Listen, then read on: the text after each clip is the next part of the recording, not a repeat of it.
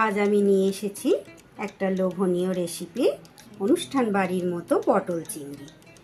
সুন্দর একটা সিক্রেট মশলা সহ আপনাদের দেখাবো কিভাবে অনুষ্ঠান বাড়িতে এত সুন্দর করে পটল চিংড়ি তৈরি করে।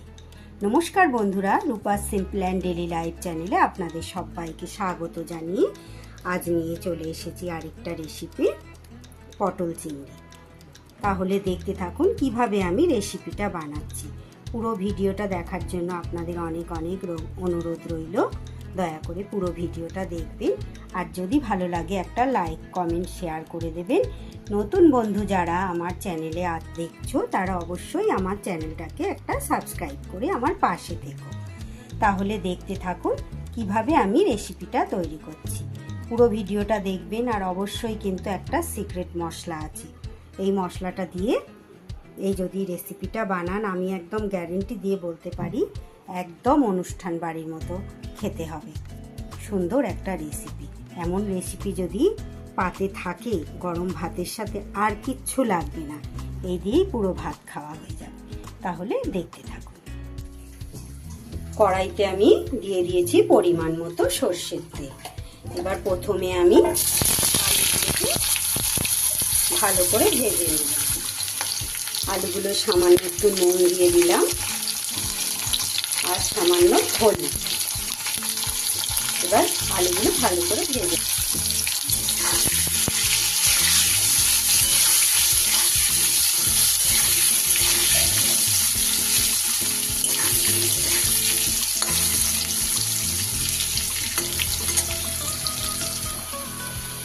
আলুগুলোকে কিন্তু আমি একদম মাঝারি আঁচে ভেজে নিচ্ছি, না হলে উপরে লাল হয়ে যাবে, ভিতরে সেদ্ধ হবে না।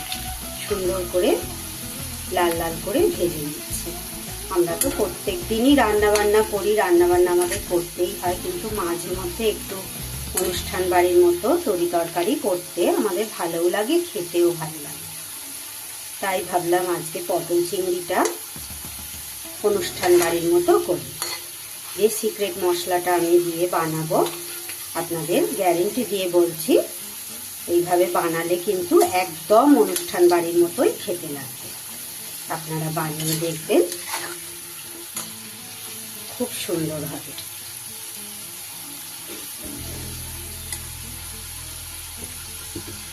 এবার আলুগুলো আমি তুলে নিব। এবার এই তেলেই আমি আগে থেকে নুন হলুদ মাখিয়ে রাখা পটলগুলো ভেজে নেব।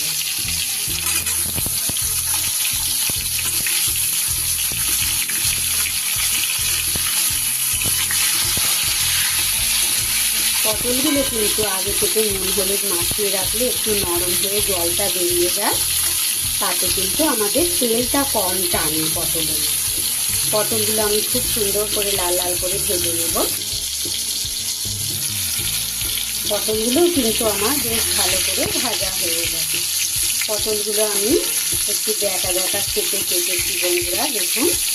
আপনারা গোল গোল থেকেও কাটতে পারেন, এরকমভাবে কাটলে একটু দেখতে ভালো হয়।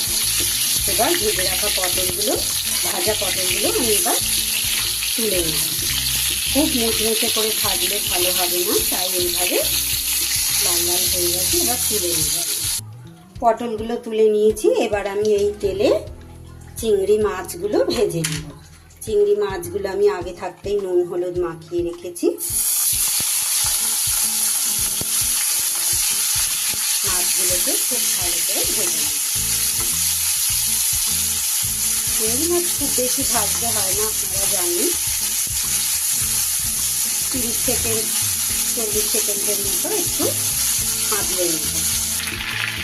চিংড়ি মাছগুলো আমি একটা পাত্রে তুলে নিয়েছি। এবার এই তেলে দিয়ে দেবো আমি ফোড়ন। একটা তেজপাতা, 4টে ফাটানো ছোট এলাচ, দারচিনি, 4টে লবঙ্গ আর সামান্য জিরে।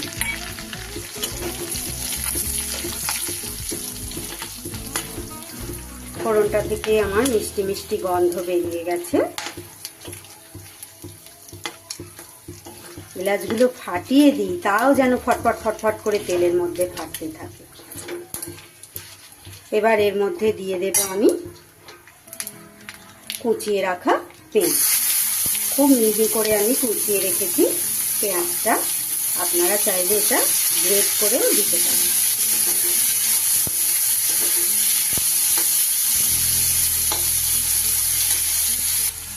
পেঁয়াজটা তাড়াতাড়ি নরম হওয়ার জন্য আমি একটু নুন দিয়ে দিলাম।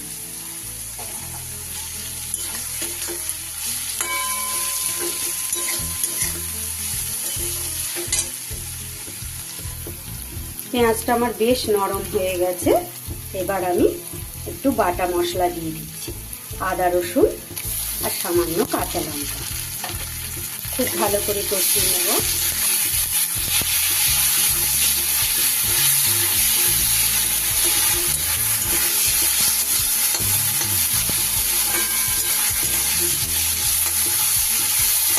আদা রসুনের গন্ধটা চলে যাওয়া পর্যন্ত অপেক্ষা করব। এবার এতে আমি দিয়ে দেব একটা বড় সাইজের টমেটোকে পেস্ট করে রেখেছি সেটা। এতে কিন্তু কোনো রকম এখন জল ব্যবহার করব না মশলাটা কষানোর সময়।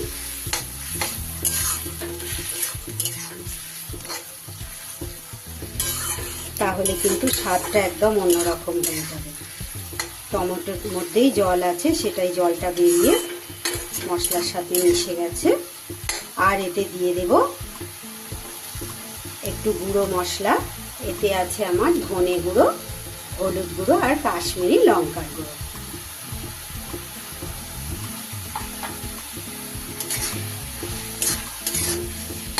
তেল ছাড়া অবধি মশলাটা আমি খুব সুন্দর করে কষিয়ে নেব।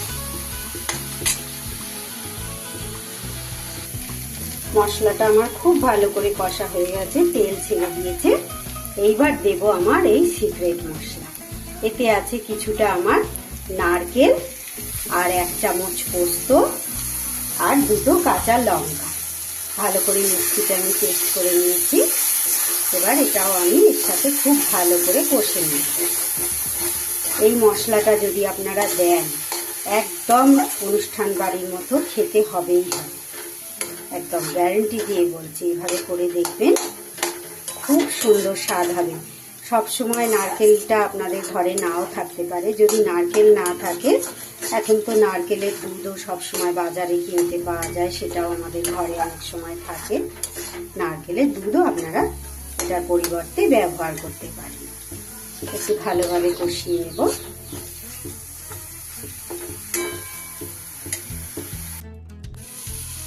মশলাটা খুব ভালো কষা হয়ে গেছে। এবার আমি দিয়ে দেব আর ভেজে রাখা আলু আর পটল।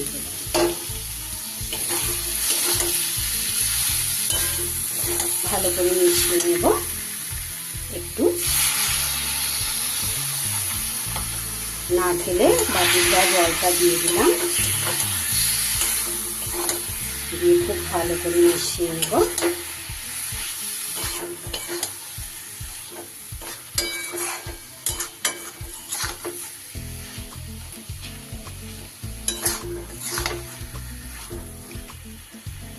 এবার আলুগুলো সেদ্ধ হওয়ার জন্য একটু পরিমাণ মতো জল দিয়ে দেব।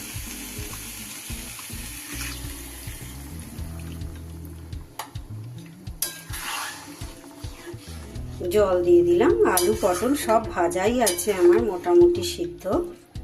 আর একটু সিদ্ধ হবে, আলুগুলো তো একটু বড়। এবার একটা চাপা দিয়ে দেব।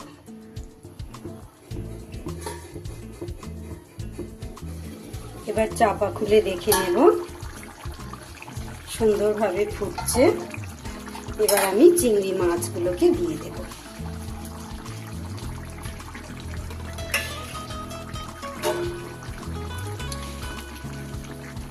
আবার কিছু সময় আমি চাপা দিয়ে দেব, একটু মাছটা দিয়ে সিদ্ধ করে নেব। তৈরি হয়ে গেল আমার অনুষ্ঠান বাড়ির মতো পটল চিংড়ি। দেখুন বন্ধুরা, কত সুন্দর দেখতে হয়েছে।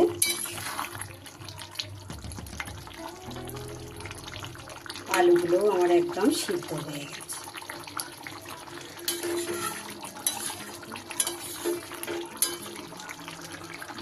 এবার গ্যাস বন্ধ করে দিলাম। দেখুন বন্ধুরা, সুন্দর করে তৈরি করে নিলাম আমার আজকে অনুষ্ঠান বাড়ির মতো একদম আলু পটল দিয়ে চিংড়ি মাছ। আলু পটল দিয়ে চিংড়ি মাছের রেসিপিটা কেমন লাগলো আপনাদের অবশ্যই আমাকে কমেন্ট করে জানাবেন। যদি ভালো লাগে একটা লাইক করবেন। ভিডিওটা আমি এখানেই শেষ করে দিচ্ছি বন্ধুরা। দেখুন কত সুন্দর দেখতে হয়েছে। আপনারা সবাই খুব ভালো থাকবেন, সুস্থ থাকবেন। ঈশ্বর আপনাদের প্রত্যেকের মঙ্গল করুন। আবার চলে আসব নতুন কোনো রেসিপি বা অন্য কোনো ভিডিও নিয়ে। পুরো ভিডিওটা দেখার জন্য আপনাদের অনেক অনেক ধন্যবাদ। আসি বন্ধু, টাটা।